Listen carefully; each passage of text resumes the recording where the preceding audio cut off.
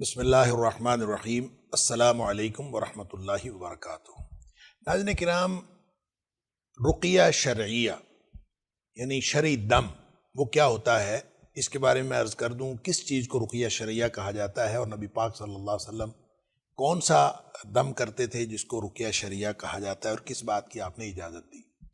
نبی اکرم صلی اللہ علیہ وسلم بالعموم جو دم کرتے تھے، اور آپ کو جو دم کے طور پر دو صورتیں دی گئیں وہ معوذتین تھیں،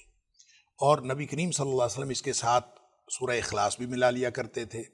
اور اسی طرح جو آیت الکرسی ہے اس کے بارے میں بھی نبی کریم صلی اللہ علیہ وسلم نے فرمایا کہ اگر کوئی شخص اس کو پڑھ لے تو اللہ تعالیٰ اس کے اوپر ایک نگران مقرر کر دیتا ہے، اور شیطان سے تحفظ ہوتا ہے۔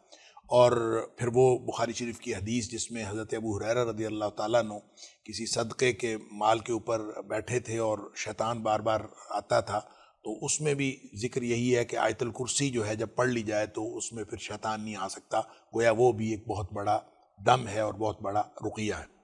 اسی طرح حضرت ابو سعید خدری رضی اللہ تعالیٰ عنہ نے جب سفر کے دوران کسی شخص کو، کسی بستی کا جو سردار تھا، اس کو کوئی بچھو کاٹ گیا تھا اور اس کو جو دم کیا تھا، اور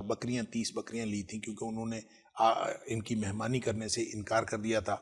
تو اس کو بھی جو دم کیا تو سورہ فاتحہ پڑھ کر دم کیا۔ اور نبی کریم صلی اللہ علیہ وسلم کے پاس جب آئے تو آپ صلی اللہ علیہ وسلم نے فرمایا کہ تمہیں کیسے پتہ چلا کہ یہ رقیہ ہے؟ تو اس کا مطلب ہے سورہ فاتحہ بھی رقیہ ہے۔ تو اس کا مطلب یہ ہوا کہ سورہ فاتحہ پڑھ کے دم کر لیا جائے، آیت الکرسی پڑھ کے دم کر لیا جائے، یا آخری تینوں قل جو ہیں یہ پڑھ کے دم کر لیا جائے، تو یہ بہت اچھا ہے، یہ بہت اچھا رقیہ ہے جو نبی پاک صلی اللہ علیہ وسلم نے مسنون آپ کرتے تھے۔ اور بلکہ یہ معوذتین ہیں، اس کے بارے میں تو حضرت عائشہ صدیقہ رضی اللہ تعالیٰ عنہ فرماتی ہیں جب نبی کریم صلی اللہ علیہ وسلم کا عام معمول یہ تھا کہ آپ پڑھ کے اپنے پھونک مار کے اپنے ہاتھوں میں پورے جسم پہ پھیرتے تھے۔ جب آپ کی تکلیف بڑھ گئی، بیماری جو آپ کا مرض الموت تھا،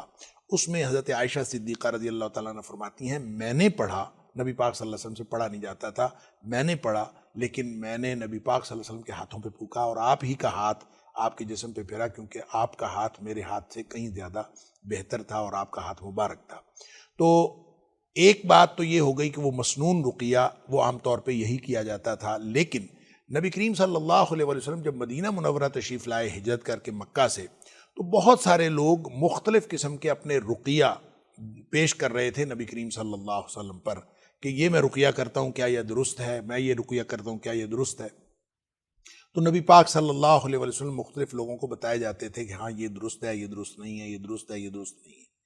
تو پھر نبی کریم صلی اللہ علیہ وسلم نے کلیہ قاعدہ ارشاد فرما دیا، آپ نے فرمایا ہر وہ رقیہ درست ہے جس کے اندر شرک نہ ہو۔ لہٰذا اس کا مطلب یہ ہوا کہ کوئی شخص رقیہ کے لیے قرآن حکیم کی کوئی آیات منتخب کر لے، یا نبی کریم صلی اللہ علیہ وسلم کی کوئی بتائی ہوئی آپ کی کوئی دعا وہ منتخب کر لے، یا پھر وہ کوئی بھی یعنی اس کی گنتی بھی منتخب کر لے، اتنی دفعہ سورہ فاتحہ پڑھی جائے، اتنی دفعہ سورہ یعنی آیت الکرسی پڑھی جائے، یعنی یا کوئی اور صورتیں اس کو منتخب کر لے، تو یہ بہترین رقیہ ہے، اس میں کوئی حرج نہیں ہے۔ اور رقیہ کسی بھی وقت کیا جا سکتا ہے، عام طور پہ نمازوں کے بعد رقیہ کرنا نبی کریم صلی اللہ علیہ وسلم سے ثابت ہے، اور سوتے وقت رقیہ کرنا نبی کریم صلی اللہ علیہ وسلم سے ثابت ہے۔ اسی طرح سوتے وقت بھی نبی کریم صلی اللہ علیہ وسلم نے مختلف دم سکھائے ہیں، اس میں خاص طور پر جو یہ رقیہ ہے سورہ فاتحہ، آیت الکرسی اور 4 کل کر لیں یا 3 کل کر لیں، یہ سوتے وقت بھی دم کرنا چاہیے۔ جہاں تک رقیہ شرعیہ دم کسی سے کروانے کا تعلق ہے تو بہتر یہ ہے کہ کوئی شخص اپنے آپ کو خود رقیہ کرے۔ اس میں سب سے بڑی چیز جو ہوتی ہے، چاہے کسی کو جادو ہو، چاہے کسی کو نظر بد ہو، چاہے کسی کو جنات کی شکایت ہو، ہر چیز کا جو علاج ہے وہ قرآن ہے،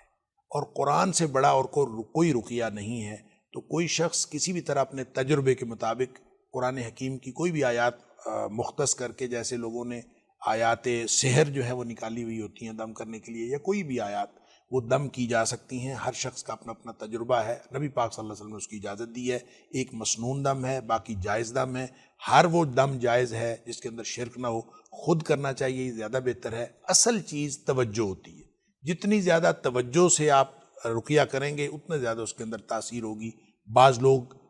قرآن پڑھتے ہیں، بہت زیادہ توجہ سے پڑھتے ہیں، ان سے اگر آپ رقیہ کروا لیں تو اس رقیہ کا بھی فرق پڑتا ہے، لہٰذا کسی سے کروا لیں وہ بھی جائز ہے، بہتر یہ ہے کہ خود کریں۔ اللہ تعالی ہم سب کو توفیق عطا فرمائے۔ السلام علیکم ورحمۃ اللہ وبرکاتہ۔